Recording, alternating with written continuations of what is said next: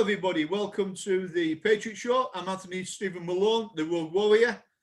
I'm here today with Cain Leathem, the director of GB Fitness.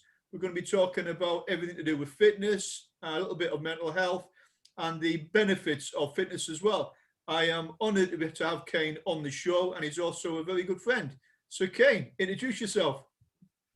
Hi, Anthony. Hi, everyone. Yes, so Anthony said there, and a lovely introduction. Thanks, mate.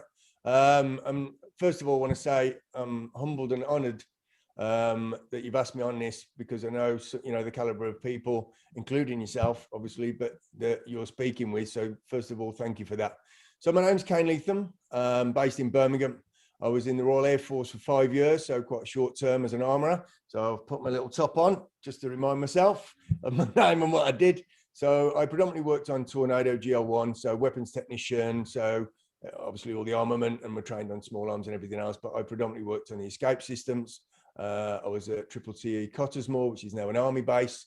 Everything goes downhill, doesn't it, in the modern world? And so I was there for 4 years. In fact, I popped over there a few months ago, kind of in between all these mad lockdowns, to show Oscar where I was, because Anthony's met Oscar. We did a charity song up in Leeds, and I've proudly got my book here, signed by Anthony for Oscar. But Oscar absolutely loved the day, and Anthony and the team looked after him so well, and he still talks about it now. And it was played at his school, and he was a bit of a hero. So I took him over to Cottesmore just for a look, you know, in the old gates. And it's, as I said, it's army now, it's Royal Logistics Corps. And the lads there asked what I was doing. I says, oh, I'm just having a look around. It's based over by Rutland, those of you that know Rutland Water. And they said, well, we'll sign you in. And me and Oscar just had a wander around, and to be honest, I was completely gobsmacked that they just gave me a pass, and we were driving around. And it's pretty run down now. The army using it as a bit of a kind of training base, and obviously as an Air Force station, it's massive. And the armory is just really run down. But it's amazing how things, and a lot of veterans will know this, if you visit somewhere, or sometimes, you know, a piece of music or something, and it just took me back. And I've been out 27 years, and it took me back to sitting in, you know, in the crew room, and, you know, drinking copious amounts of tea, and then, you know, kind of going into the hangars or down on the line because some pilots dropped a pen or something and stripping out the escape systems, only to find it still in his pocket. But yeah, it's amazing the you know, the kind of, what about word, flashback that I got. So as I said, I was in the Air Force 5 years, came out, went and did some interviews actually with British Aerospace, looking at going to Saudi. My leaving present from the RAF was on Boxing Day. Got a call.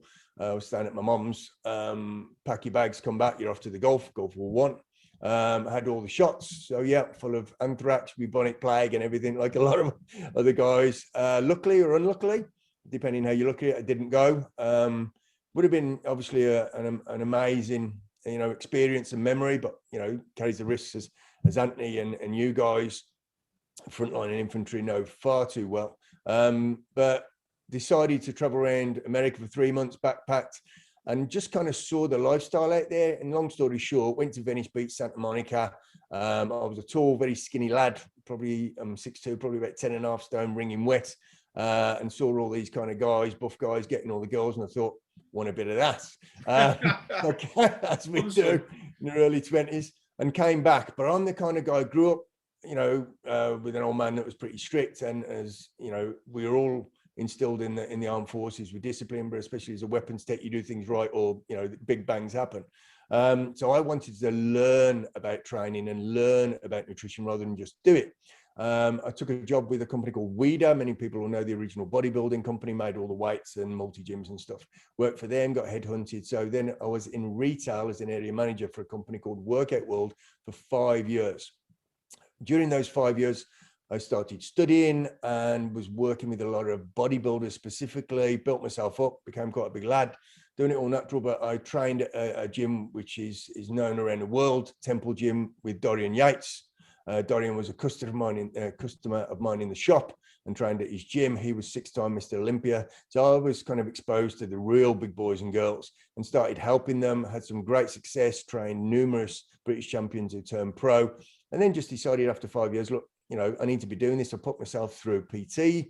I've studied at the Institute for Optimal Nutrition. I did a master's degree in exercise and nutrition science. Yeah, I was working in a shop, which was great. I loved it, but I've got all this skill set. So I set up my own business. That would be about 98. First working under my name, and then because I was working with a lot of Olympic athletes, GB track and field specifically, called myself GB Fitness, worked with the Union flag as a logo. So that's my logo now. There we go. That's me a few years ago when I was in a pre-COVID condition.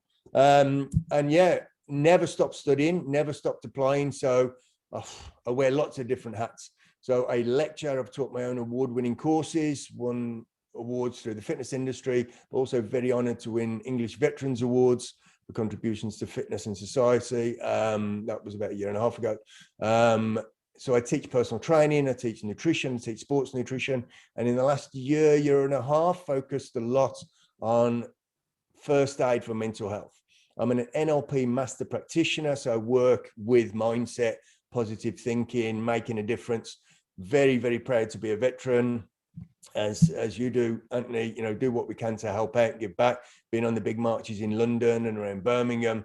But, doing stuff, visiting, did a big thing, not last, obviously 2020 for remembrance, but 2019, where I organised a lot of people going to 5 care homes with the Royal British Legion for dementia, and we visited them. And that was just, heart-rending. It was beautiful. Being there with my blazer and my beret on and seeing how proud these old soldiers, airmen, sailors, and the women that worked in armament factories during World War II, the things they've done and the time that they've given. My grandfather was, he was King's Own Scottish Borderers, Royal Marines, and then during the war, Royal Engineers, went ashore, Sword Beach on D-Day. So to hear, firsthand what these men and women did, we have to give back, we have to support. So yeah, I do blood testing, I do DNA, I do stool testing, I do counselling, I teach mental health qualifications, PT, nutrition.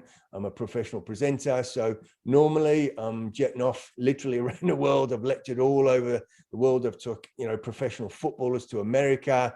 I've taught my courses in Kuwait, in Bahrain, in the Caribbean, in Grand Cayman. And now I'm stuck in my living room. It's so sick of seeing the same 4 walls. I'm getting it decorated. So yeah, I do a lot of different things, but around health, fitness, but it's very much for me about tying in the physical and the mental. Yeah, Cain, all I'm going to say is I actually know you quite well, mate. You are an inspiration to a lot of people out there. So if anyone wants to know anything about fitness or mental health, any questions, speak to Cain.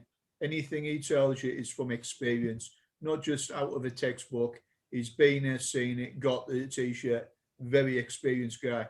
So yeah, absolutely awesome.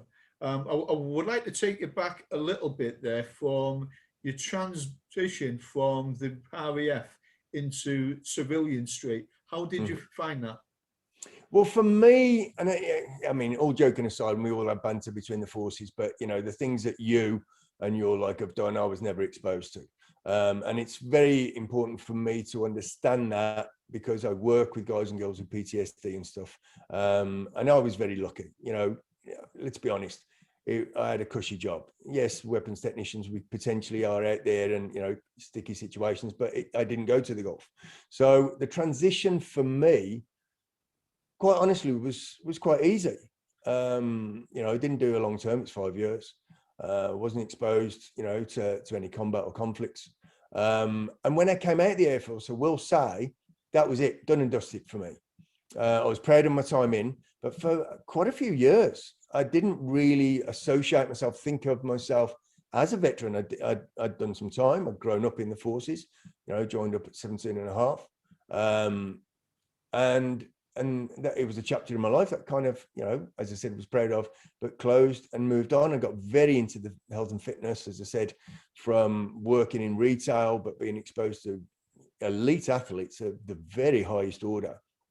And I think the discipline of being in the armed forces carried over into the discipline of I trained, lived, slept, ate as an athlete. I just didn't compete. But, you know, I dated athletes. I've been very lucky in my single life. It was part of my job. It was my circuit. It was my social scene. It was my life. So I was around like-minded people that were disciplined, and it kind of, yeah, has a parallel, I guess, with being in the forces. But it wasn't a tough transition, and it was only a good few years later. And I think as we age, and more so than ever the last few years, and having my sons, Oscar, who's gone up to 9, and Freddie, who's 4, it made me kind of sit down and think that I was proud of my time in, and I wanted to do something with those that were still in, or those that were coming out and having a hard time. So for me, it was an easy transition, to give you the short answer. But now I understand for a lot of people it isn't. And very often, many years later, is when it hits. And I think that's a misunderstanding with mental health issues, if you want to call them that, and PTSD. It's not when the boys and girls come straight back from and get off the plane from Afghan or wherever. Sometimes it's many years later when they're in civil life, and, you know, maybe they lose a job, or you know, marriage fails or whatever. And I've been through that. I'm going through a second divorce. And I think that's when we reflect. And sometimes when the pressure gets too much, and it's a stacking system, that it's sort of like, bang, oh my God, that was just one thing too many, you know, the straw that broke the camel's back. So my transition was easy, but now I realize how lucky I was seeing what other people have been through, to be honest. Yeah, a lot of, especially now, a lot of veterans go through a hard time anyway, both in the United Kingdom and across the United States. But with the COVID, it is highlighted an awful lot. Even though the gyms are closed at the moment, people can still train at home though. There's always, all you need is a little bit of space, little bit of fitness every day. Go for a walk if you can in the park. Just get a bit of exercise, a bit of fresh air. It'll help everyone with the mindset as well. With you being so experienced, like I said, there's a lot of veterans out there who are really struggling at the moment. What message would you give them? I would absolutely agree with what you just said, and concur that I have a lot of people, I've trained people. I mean, my CV, 89 British champions, 14 world champions, 6 Miss Universe winners, 4 world record holders. These guys and girls compete in sport, be it bodybuilding, track and field, UFC, triathlon, boxing. You know, I've worked with some amazing people, and they have to have a very structured, very disciplined training regime that might be in a boxing gym, might be in a bodybuilding gym, might be, you know, Birchfield Harriers track and field. And it's very specific. What you see with the current situation is that's limited. And getting out and putting on, you know, your boots and getting into nature, you know, with the restrictions, it has to be local and everything. But I mean, that's what I do anyway. I mean, I haven't been in a gym since the first lockdown. I've literally, even when they opened, I've not been to a gym because I'm playing double safe for my children. They're with me half the week, and I need to, you know, assure their mothers that I am being belt and braces safe, because there's nothing, absolutely nothing more precious to me in the world than Freddie and Oscar. So I get them outdoors, and they love, we go to the, you know, the hills. We've got the Malverns, got the Licky Hills. We go to parks, we get outdoor in fresh air. And I think a lot of veterans do that. I mean, you know, taking off to Wales and Brecons, wherever. A lot of, for want of a better word, civvies, I mean, obviously, for God's sake, but, you know, they feel that you have to go to a gym, and if I haven't got, you know, the latest leg press, leg extension, lat pull down, I can't train. You know what? I'm kitting people out, telling them what to do. On my website, I've got free programs, which are, you know, body weight programs, band programs, stretching programs. In the first lockdown, I was doing lots of lives on Facebook, getting me and Oscar to do it here in the living room, and saying, you don't need all the fancy kit. You need to have a mindset that I'm going to do something, it's going to make a difference. And the added bonus of being in the fresh air. This morning, I've been and walked around the park. Yeah, it's a nice, you know, brisk, cold walk with a client of mine, lovely lady, just turned 60, and she's doing 10,000 steps every day for the next 60 days because she's 60 and she wants to hit that 600,000 steps. So for 60 days, she's doing, and it's going to be an hour or two around the park, local park, and I, you know, kind of go around with that. And I tell you what, the difference it has made to her and other clients And people are just becoming withdrawn into their own homes and believing that if they can't get to the gym, they can't exercise. You know what? Move. And what you said is absolutely true. If you want to weight yourself down, put a backpack on, and when things open up, you can do the SF experience or whatever. If you want something more extreme, I mean, I was going into doing a tough mud, and it's not really my thing. I don't do endurance, but it was a bit of fun with some clients that roped in, and that was going to be the end of 2020. It didn't happen. But we need to diversify. We need to understand we are in control of our bodies and our minds, and look at the positive. You can put one foot in front of the other and just repeat. Yeah, on that one, and my message to any veterans out there who are at home at the moment, feeling a little bit low, get your jacket on, get your boots on, go for a walk around the block, in the park, in the woods. Guarantee you, when you get home, you'll be feeling a lot better for yourself. Even if it's only an hour a day, go out for a walk on a morning. If it's snowing outside, which it is again now, I'm looking out the window. Yeah, it is, yeah. Get yourself out in it. It's a great experience. Get yourself out. Get yourself out the house. Okay, it's important. Okay. Now on this one, I want you to tell us about one of the funniest stories that you've actually got on anything. Oh, geez. All right. I'll come back to that, but I want to give you a little bit of science. Like I said, I've got a master's degree and studied at unis. I've lectured at unis. But what you've just said is really important to get out. And I've had some real down days when my boys aren't here. Sometimes it's really easy to kind of just get way too much into your own head. And going for a walk. And I live the other side of Birmingham now to where I grew up. And I've been back over there a couple of times during these lockdown situations. Well, lockdown, kind of restrictions, not necessarily the lockdowns, but I'm walking around, a lake that I nearly drowned in twice, by the way. A place called Kingshurst Lake used to freeze over in the winter. And once when I was a kid, my old man was a pretty full-on Glaswegian hard man, and he was in the RAF. And got booted out and did a bit of time in the old glass house. But I couldn't swim, but decided to go for a paddle with my cousin who was visiting down from Glasgow, and my old man had to dive in, wrecked his watch, and saved us. But one time I went through the ice and came up, and literally ice over my head. So I might not have been to Norway with the bootnecks and Marines, but I've done my cold weather training and come up under the ice. But yeah, going out, it makes a massive difference. But scientifically, and it was interesting the way you said there, get up in the morning.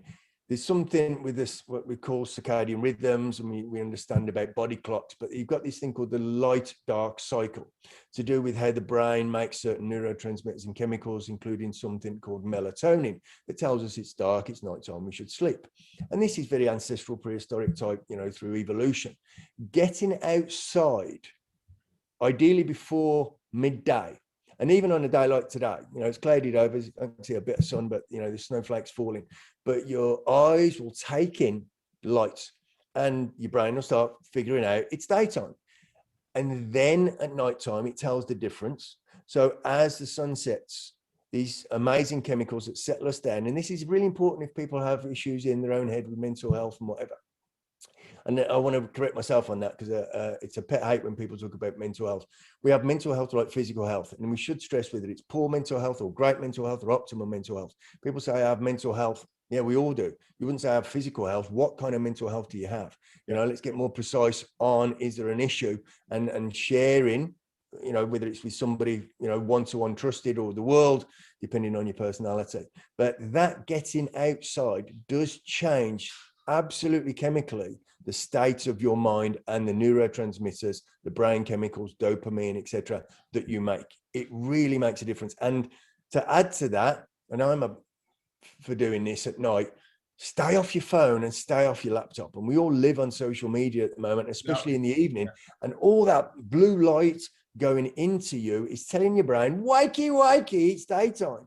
So either, put the blue light filter on or wear the big orange glasses, or do your social networking on social media during the day and relax in the evening and read a great book, or even watching the telly isn't so bad. I'll get the money later. Even watching the telly isn't so bad because it's just not up close, but there is science behind that. So what kind of funny story I'm going to tell you? I don't know. Geez.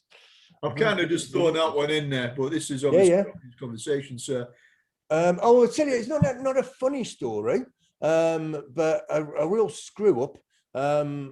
I've got some pictures normally on the wall over there. Like I said, I'll think of a funny one, but over there. And I was telling my clients about this morning, missed opportunities. So I was around bodybuilding for many years, and I haven't got many kind of heroes or people to look up to. Billy Connolly is one, and I met him. I grew up listening to him. As I said, my old man was a proper Gorbelsman, so I grew up listening to Billy Connolly on records. Remember them, kids? Big old black vinyl things. And I've been to see him a number of times. Once I took a load of lads. We were doing trade training at Cosford, and there was about 8 of us went to see him in Birmingham, and he came up and went, "Hey, was that for you, lads?" And we were just chuffed that it spoke to us. But I actually went with a friend from the Air Force, a good friend of mine, Danny, and we stood outside. We were front row. And he actually said hello to us, and this was in Birmingham again. And I thought I'd love to get his, signature, his autograph. And we stood outside the stage door, and he came out and he was chatting to us for 45 minutes and saying, "Oh, do you want your picture with us and stuff?" And I was just like, wow, what a down to earth guy. I mean, and it's, a bit sad and tragic what's happened, obviously, to him at the moment. But, I grew up listening to him, and I saw him on his last tour. So that was amazing, and I had my picture with him. But I was in LA. I was kind of living in there. I'd done the 3 months traveling around, came back, and I went to stay with a friend over in LA, staying in what they call the Valley Inland. And anyway, went to stay down on the coast with some friends, Santa Monica, with some surfers, and wanted to go to Arnold Schwarzenegger's restaurant just to say I'd been. And this guy had a cool car, a thing called a Carmen Ghia, and all my kit was in there. And I thought, it's going to get robbed. If anybody's been to Venice Beach, it sounds very glam, but it's not. It's a real rundown area, down and out, drug addicts and whatever. Amazing sights, but you don't leave a car full of, your good stuff, gear there. And I had a camera in it, and I was like, let's go and drop the camera off, drove back. So went up to Shatsy in Maine, the maitre d' lady seating people, said, "Oh, have you come to eat?" He said, "Yeah, I would, love to just get a bit of brunch. We just want to say we've been here. Arnold's a bit of a, a hero in bodybuilding and stuff." And I look across, and there's this man mountain in a big flary Hawaiian shirt, shorts on, and it's Arnie himself, sat with a couple, no bodyguards, nothing. But this was back when he was doing Terminator. Like I said, this would be about 92. So it was at the height of his fame. And I said, "Oh my God, it's Arnold." I says, "Would you ask him, could I get an autograph?" She was like, "Don't you want to ask him yourself?" And I was like a little kid. I was like, "Oh my God." She says, "Wait until he's finished eating his dinner or his brunch, when he stands up." And I went over, and again, really down to earth. And he signed a business card that I've got in a frame, and a friend of mine did this airbrush painting. But absolutely gutted. I just dropped the camera off 5 minutes before, so I've got no frigging photos to prove it. So that was a right screw up. But yeah, met the man Arnold. One for the boys to get jealous. As I said, my social circle was all about health, fitness, and bodybuilding and stuff. So a young lady that some of us would have watched on the TV when we were a bit younger, Jet from Gladiators. We were good friends for a while. So I'll just throw that one into a mix. That's my claim to fame, although it was a long time ago. But yeah, funny, I don't know. Lucky, I'd say, I've been in my life. I found a passion when I came out of the Air Force for something that I got into for myself. As I said, literally to impress the ladies, but being meticulous about how things in the body work. And it's amazingly complex, the body, worth finding out new things all the time. So I feel blessed to have the life that I've had, and to have the two boys that I've got. And I have to come back to you on the funny thing. It's really nothing's clicking on the funny. Get you back on the show in the near future. Quick question, because I know a lot of my viewers will be asking, if they want to get hold of you, what is your website address? Yeah, thank you. Yeah, so, and there is honestly, genuinely a lot of free stuff on there. I'm not a big one for social media, and I'm actually doing a level 3 in social media marketing and advertising, because I've got to keep up with the times, and I've got a lot of time on my hands. Work is, for me, very face-to-face. When I teach, I've never taught online up until now, and I do the Zoom courses in first aid for mental health and PT and nutrition, but it's always been in the room. I always work face-to-face with clients, one-on-one. I'm that kind of person. It's where you make the impact. You look somebody in the eyes, they can tell you genuine, you create rapport, trust and belief. So I need to move into, the modern world and social media, but my website does have some information on there. And like I said, anybody can download the PDFs on stretching, Dynaband, exercise band workouts, there's Cain's top 10 tips on healthy eating, etc., and a lot more. So that's gbfitness.com, nice and easy, www.gbfitness.com. And if people do want to get into fitness, health, personal training, nutrition, or helping people with first aid for mental health, one thing that I do and honor is I'll look after veterans and those serving as much as I can. So whatever prices you see on the website, boys, girls, that's not what you will pay. Give me a shout, drop me an email, give me a call, and always do what I can. I've never been in this industry to make money. Yes, I've got bills. Yes, I support my children. Yes, work at the moment is next to non-existent, especially because I've worked by reputation for 27 years and I've worked face to face. It's all on its head. But anything I can do to give back, to support and help, then please, do contact me, and I'll do what I can. Whether it's if anybody wants to put on, some seminars or something via Zoom, we've got to stand together. We've got to help each other. And I think, Anthony, seriously, without blowing smoke up here, what you're doing is great, mate. Bringing people together, raising awareness, and giving people a platform. This is so important that That's what as I said, I'm, grateful for the people that have helped me through my career. I've studied with some amazing people from all over the world, top lecturers. And if I can share that and, make a difference to people's lives, because I do deal with people with serious illnesses because I do the medical stuff. Yeah. And that to me is a lot more about the area I want to go in. I've done the athletes thing and that's brilliant. But, to help people, I mean, one story, and it makes me well up every time I talk about it because what my kids mean to me. But I've had people set world records, go to the Olympics and win gold medals. That's awesome. I'm watching them on the telly going, Jesus Christ. I had a very small cog in that, kind of complex wheel. But one lady, I mean, her son now is 13, 14 years old. A lady from Nottingham who came to me with some health issues, polycystic ovaries, candida gut issues. But she was told as a, 20-year-old lady, she'd never have children. And she conceived completely naturally. And she still keeps in touch with me now because of the help I gave her, because we ran some proper in-depth medical tests. I gave her the right advice. She followed the script. She did everything that was asked of her. And her and her husband, have a little boy who's now a teenager. Now, to help somebody do that or to overcome an illness or something, but, I look at my little boys and I know the difference that made to her. So, if I can help anyone, please get in touch. It's an honor to be able to help people. That's what it's about. It's about veterans helping each other. United we stand, divided we fall. Absolutely. Forget everything else, forget egos. Veterans should be as one, no matter what. You back each other's play and you help each other. We've all had the uniform on. So come on, everybody. If you know a vet who's out there going through an hard time, pick up the dog and bone and have a chat with him. 1 minute phone call can actually help somebody more than what you'll ever know. And I've experienced that on both sides of it as well. So, right, Cain, thank you so much for being on my show.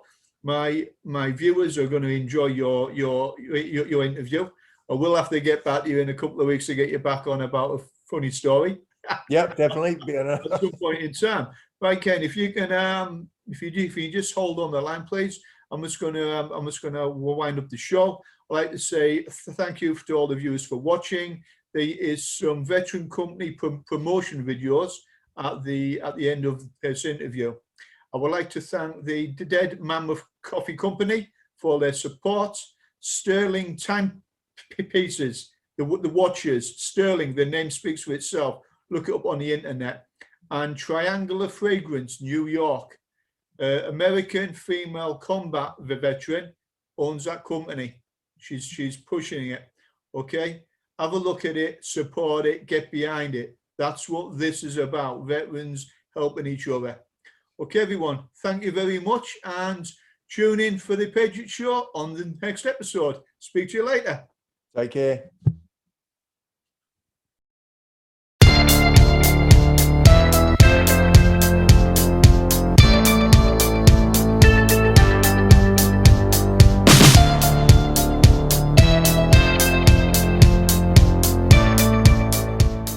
My name's Cain Leathem. I'm an exercise and nutrition consultant and also the owner-director of GB Fitness. We offer a range of services from personal training, from rehab. Personally, I work with Olympic athletes, rehabilitation, biomechanical assessments, but most people, general public, bit of fat loss, bit of muscle gain, just a bit of, kind of day-to-day enhancement. Offering also nutrition to complement that. And on the nutrition side of things, I also offer clinical nutrition. So I do blood analysis. I'm a qualified phlebotomist, so we look at endocrinology, hormone imbalances, digestive disorders, allergies, intolerances, the differences between those. I'm a biomechanics trainer, so assessing how people move to make sure the training I prescribe is right. And putting the pieces together, I'm also an NLP master practitioner, so working on the behaviour that we get the things done that we put on paper. It's no point having a great training program or nutrition program if you don't work with the person's psychology. So I call it a picture of health, and putting the pieces of the jigsaw together that make that ultimate picture, and they create the picture. It's up to them what they want. A great body or a performance body, or just better vitality and internal health. So nutrition, exercise, mental well-being, and putting the pieces together and doing the correct assessments of such. Typical client of GB Fitness would basically be anyone and everyone. I work with international athletes through to people who are obese, to people who are recovering from accidents. Most of my client base, 75–80%, would be general public. Businessmen, businesswomen, housewives, guys who empty the bins, women who work in retail, general public. But I've also worked with a number of elite athletes, football players, rugby players, boxers, mixed martial artists, swimmers, a lot of track and field, bodybuilders, figure fitness. So to date I have 72 British champions, 14 world champions, and indeed 4 world record holders in various sports. So there's no typical GB Fitness clients. We're here for everyone. Why are we better than other companies? Well, we don't just do it, we live it. My wife, Claire, is she's a natural Miss Figure champion. She's pregnant at the moment. She's worked with a guy for the last 12 months for a TV program, which is going to be aired in January. And in less than 12 months, actually, he's lost 12 stone. Because we do the assessments, we put the pieces together. We listen. In our opinion, there's a reason we have 2 ears and 1 mouth, and we do more listening than we do ask questions. Because a question might lead to somebody rattling through half an hour of life story. And in there might be reasons why they're not achieving their goals from a psychological block point of view. So writing a program or a healthy nutrition program that a lot of trainers do isn't going to get the result. And then we actually teach others to be as professional as us. So the assessments, whether it's bloods or body composition or fitness testing, whatever it may be, I teach the students, be the difference that makes a difference. Go the extra mile, invest in the right equipment, invest in the right education. I've been in the industry 18 years, I'm still learning. I still did a course just 3 weeks ago, an advanced course at Loughborough Uni on biomechanics. You can't be arrogant enough to think you know it all. So I think we're better because we care, and we do as much as we can, and if we can't, we find the people that can. So I have a network of osteopaths and physios, massage therapists, psychologists who are friends and colleagues. I've studied with them, they've studied with me. So there's a real strong network of elite advice. The skill base that I bring to GB Fitness, and therefore to my trainees, because Monday to Friday I do the job. I work one-on-one with people. I do corporate health, so I go abroad and speak at business summer schools. So health within the workplace is a tag that a lot of people say that they do, but it's a chair massage or a talk on stress, and there's nothing wrong with that. There's a market for that. Not many people can go in and give a professional presentation. I'm a professional speaker, I'm a member of the Professional Speaking Association, so how you project, how you speak to people, whether they've come from an emotional, disaster, for instance, through to an Olympic athlete, through to a very demanding corporate, will be very different. And when I say I can do things like take bloods, and they look at me like, you're not a doctor, no, I'm not. I don't wish to be. I'm a specialist in what I do, and part of that is I'm a qualified phlebotomist. So to do the phlebotomy and assess blood works, to do the emotional counselling because I'm an NLP master practitioner, it's over and above what a lot of personal trainers, to be honest, would want to do. There's a lot of responsibility that come with those tasks. But that's what sets me and my students that study with GB Fitness apart. Within the fitness industry, there's a lot of training providers who give courses. I'm the only training provider in the UK that runs a international accredited qualification with a real exam, a real written exam. Every other training provider, and there's a market for them, is a multiple choice, tick the box quiz. And I've been in the industry a long time and nobody ever gives me a choice of answers when they ask me a question. They don't say, is it this, this, this? I mean, if I'm going to hire somebody, I want them to have the answer, not to look at it on a piece of paper and guess. My students know what they're talking about, and more importantly, the reasons behind what they're talking about, and therefore can change, articulate and mould it for the individual. So what makes us unique is we listen, we assess, and then we advise to a very high level.